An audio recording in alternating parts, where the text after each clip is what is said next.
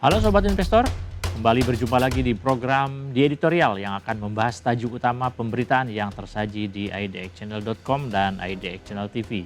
Bersama saya Yanto Kusyantono, redaktur pelaksana idxchannel.com. Sobat Investor, bagaimana kabar portofolio Anda seiring pelemahan indeks harga saham gabungan atau IHSG pada pekan lalu? Apakah masih terendam di zona merah atau sudah Anda entas dari pasar sebagai upaya cut loss agar tidak mengurangi rugi lebih dalam? Sobat Investor, sebagaimana kita tahu, salah satu tekanan terbesar yang tersedia di pasar saat ini adalah kondisi geopolitik global, di mana perang Amerika Serikat dan Israel melawan Iran masih terus terjadi dan belum ada sinyal bakal segera berakhir. Bahkan peperangan yang telah mulai memasuki pekan ketiga ini telah mulai menyeret sebagian negara lain untuk ikut terlibat, seperti Italia, Prancis hingga Inggris yang telah menentukan sikap dengan mengecam serangan Iran ke negara-negara Teluk dan berdiri di jajaran kubu Amerika Serikat dan Israel.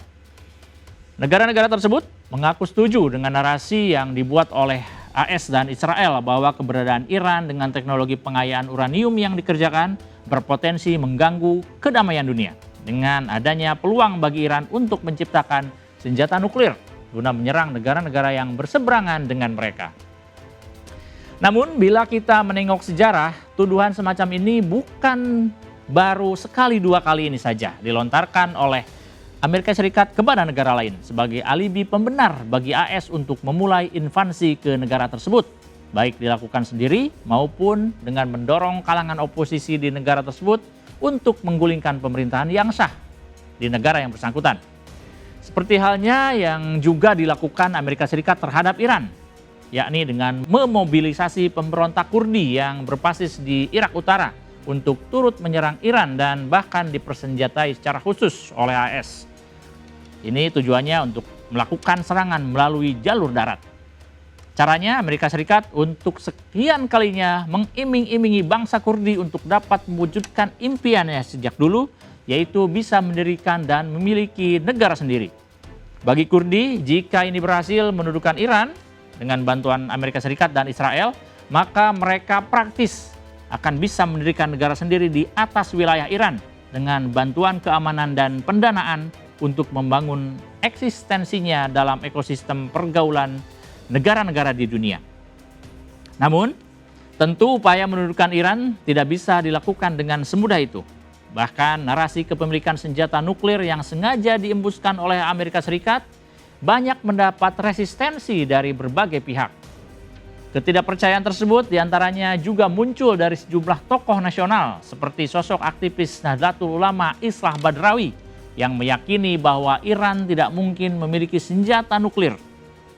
Alasan pertama dan paling kuat dari argumen tersebut adalah bahwa fatwa haram bagi senjata nuklir yang telah dikeluarkan oleh mantan pemimpin tertinggi Iran yang telah gugur dalam sebuah serangan Amerika Serikat, yakni Ayatullah Ali Khamenei, yang menyatakan bahwa proses produksi, penimbunan dan penggunaan senjata nuklir dilarang dalam hukum Islam. Karenanya, Iran di bawah kepemimpinan Khamenei hanya mau mengembangkan teknologi nuklir sebagai sebuah upaya pemenuhan kebutuhan energi melalui sumber energi terbarukan. Tak hanya itu, Islah juga meyakini bahwa secara logika Amerika Serikat tidak mungkin menyerang Iran bila memang Iran memiliki senjata nuklir. Dalam analogi yang disampaikan oleh Islah, seseorang yang takut pada pistol maka dia tidak akan dengan sengaja mencari masalah dengan polisi yang notabene memiliki pistol atau menantang seorang atlet bela diri profesional untuk berkelahi.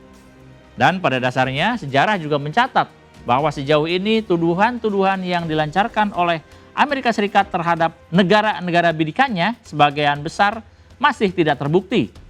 Padahal kondisi negara sudah sedemikian hancur lebur oleh serangan yang dilancarkan oleh Amerika Serikat. Salah satu yang paling diingat publik dunia tentu adalah penangkapan Presiden Irak Saddam Hussein pada akhir 2003 silam, tepatnya 9 bulan pasca Amerika Serikat mulai menginvasi negeri 1001 malam tersebut. Saat itu, Amerika Serikat menuding Irak di bawah pemerintahan Saddam Hussein yang telah mengembangkan senjata pemusnah massal Ini tentu saja menjadi sebuah tudingan yang hingga saat ini belum pernah sekalipun terbukti. Bahkan hingga saat ini setelah berjarak hampir 20 tahun lebih dari dieksekusinya Saddam Hussein pada 2006, masyarakat Irak justru mengakui bahwa kondisi perekonomian dan kehidupan masyarakat Irak saat masih dipimpin Saddam Hussein jauh lebih baik dibandingkan situasi yang ada saat ini. Selain itu, publik dunia juga mengenal nama Muammar Gaddafi, mantan pemimpin Libya yang tewas mengenaskan pada Oktober 2011 usai ditangkap dan disiksa oleh milisi Dewan Transisi Nasional atau National Transitional Council atau NTC. Kelompok ini didukung penuh oleh Amerika Serikat lewat keterlibatan NATO di dalamnya. Dalam dukungannya terhadap NTC, AS menuding Gaddafi telah melakukan sejumlah kesalahan mulai dari pendanaan terorisme hingga kejahatan kemanusiaan yang sayangnya karena Gaddafi tewas saat penangkapan, maka tidak ada lagi pengadilan yang bisa membuktikan keabsahan dari tudingan tersebut. Justru, sepeninggal Gaddafi, kondisi di Libya saat ini cukup mengenaskan dengan kekuasaan negara yang terpecah menjadi dua dan dipimpin oleh dua pemerintahan yang berbeda, yaitu Pemerintah Persatuan Nasional atau Government National Unity alias GNU yang berbasis di Tripoli dan kelompok ini menguasai negara bagian barat. Keberadaan GNU juga mendapat pengakuan internasional lantaran ditunjuk langsung oleh PBB sebagai otoritas sementara sejak 2021 lalu dan dipimpin oleh Abdul Hamid Dbeibeh. Sedangkan kawasan Libya bagian timur dikuasai oleh Pemerintah Stabilitas Nasional yang merupakan kelompok bersenjata yang dikenal sebagai Angkatan Bersenjata Arab Libya atau Libyan Arab Armed Force alias LAAF. Namun, keberadaan yang diakui oleh masyarakat setempat melalui Dewan Perwakilan Rakyat dan juga didukung aparat keamanan negara. Jauh sebelum Saddam Hussein dan Muammar Gaddafi ada juga nama Manuel Noriega, Presiden Panama yang digulingkan lewat serangan yang dilancarkan AS pada 1989 dengan tuduhan praktik korupsi dan keterlibatan atas kartel narkoba yang melakukan penyelundupan ke Miami pada tahun 1988. Sejarah mencatat operasi militer Amerika Serikat dalam mengintervensi Panama saat itu merupakan operasi terbesar sejak Perang Vietnam yang dilancarkan AS dengan dalih melindungi warga negara AS di Panama serta meningkatkan kesejahteraan rakyat Panama dengan membebaskannya dari pemerintah otoriter Noriega. Tidak hanya Noriega, ada juga nama Juan Orlando Hernandez, yakni Presiden Honduras yang dituduh Amerika Serikat dengan tuduhan yang sama, yaitu praktik korupsi dan perdagangan narkoba ilegal. Berbekal tuduhan-tuduhan tersebut, pasukan Amerika Serikat pun melakukan penangkapan Hernandez di rumahnya sendiri di Tegucigalpa pada Februari 2022. Pada April 2022, Hernandez diekstradisi ke Amerika Serikat dan lalu dijatuhi hukuman 45 tahun penjara pada Juni tahun yang sama. Meski kemudian mendapatkan ampunan dari Presiden AS Donald Trump pada 1 Desember 2025. Namun demikian, hanya berselang beberapa hari setelah Hernandez kembali ditangkap oleh Kejaksaan Agung Honduras dan mendapatkan status tahanan internasional yang praktis semakin memperburuk kekacauan hukum dan politik di negara tersebut. Seolah tak jera, AS juga kembali menggunakan dalih dan cara yang sama untuk menggulingkan pemerintahan Nicolas Maduro dari kepemimpinan di Venezuela.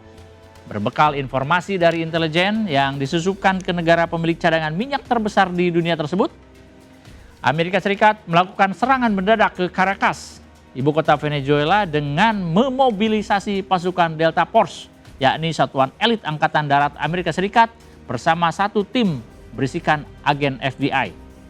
Usai ditangkap, Maduro kemudian diterbangkan dan digiring ke pusat tahanan di Brooklyn, New York yang menggunakan kendaraan khusus untuk menghadapi dakwaan di pengadilan federal AS atas tuduhan keterlibatan dalam narkoterorisme. Jadi, bagaimana menurut sobat investor? Apakah klaim dan tudingan yang kerap dilancarkan Amerika Serikat ini masih dapat dipercaya? Atau tuduhan tersebut tak lebih dari sebuah pepesan kosong yang selama ini belum juga menumpukan pembuktiannya. Demikian program di editorial edisi kali ini. Saya Yanto Kristiantono pamit undur diri. Pantau terus berita ekonomi, bisnis, dan pasar modal hanya di IDX Channel TV, idxchannel.com, dan media sosial IDX Channel. Sampai jumpa.